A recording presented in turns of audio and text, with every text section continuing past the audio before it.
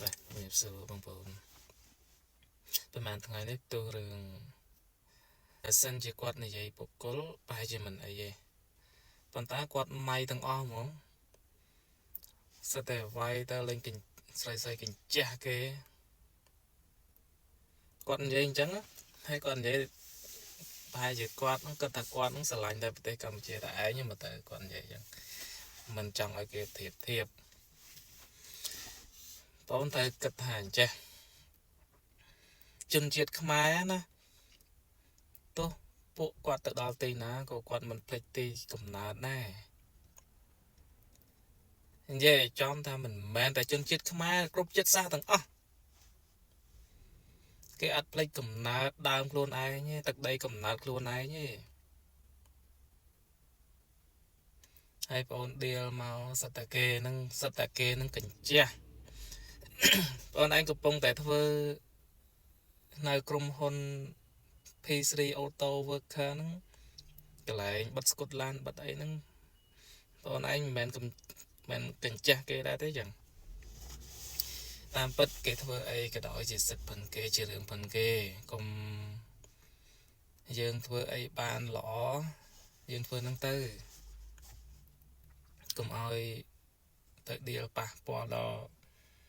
អារម្មណ៍អ្នកដទៃបងអូនក៏ជាខ្មែរអ៊ីស្លាមដែរព្រោះនៅលើទឹកដីខ្មែរដែរដូចគ្នាទេបើសិនជាបងអូនចង់បាន view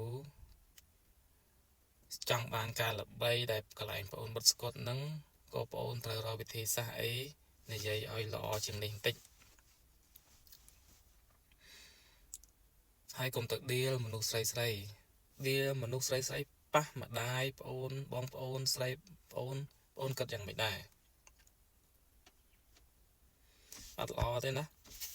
កុំធ្វើអញ្ចឹងហើយស្រុកយើងភាគច្រើនអញ្ចេះនៅពេលដែលធ្វើអ្វីខុសមួយហើយចេញសុំទោសជាសាធារណៈហើយសួរថារឿងអញ្ចឹង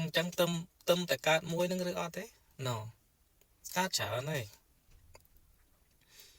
កើតច្រើនហើយធ្វើខុសហើយសុំទោសធ្វើខុសហើយសុំទោសអញ្ចឹងប្រទេសខ្មែរទាំងអស់ហ្នឹងទាំងមូលហ្នឹងច្រើនតែអ្នកចង់បាន view របៀបហ្នឹងឬក៏អត់ទេគេច្រើនទៅលើ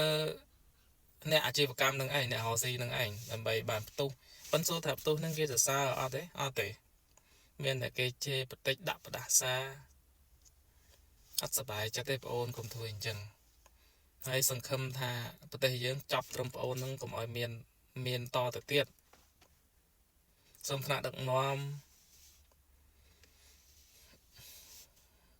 មើលប្រជាពលរដ្ឋផងអាកន្លែងចំណុចដែលខុសហ្នឹងគួរតែកុំឲ្យមានឲ្យសោះតែចេញមកខុសសុំទោសអ្នកក្រោយបានចាត់ធ្វើអញ្ចឹងទៀតវាអត់ល្អទេបាទសូមអរគុណ